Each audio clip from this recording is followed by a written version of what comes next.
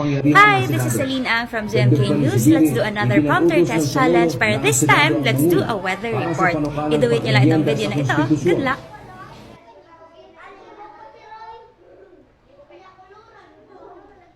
Patuloy na magdadala ng pag-ulan ang shearline at hanging amihan sa iba't ibang bahagi ng bansa.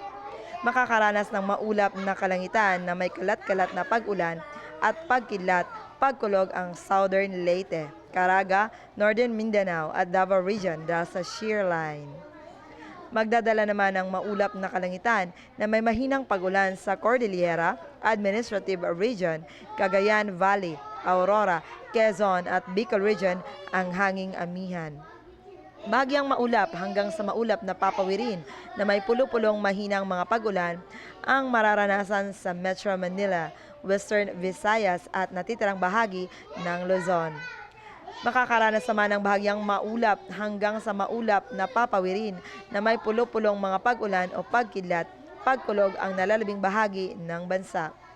Wala namang namomonitor na low pressure area o bagyo sa loob at labas ng Philippine Area of Responsibility na maaaring makaapekto sa bansa ngayong linggo.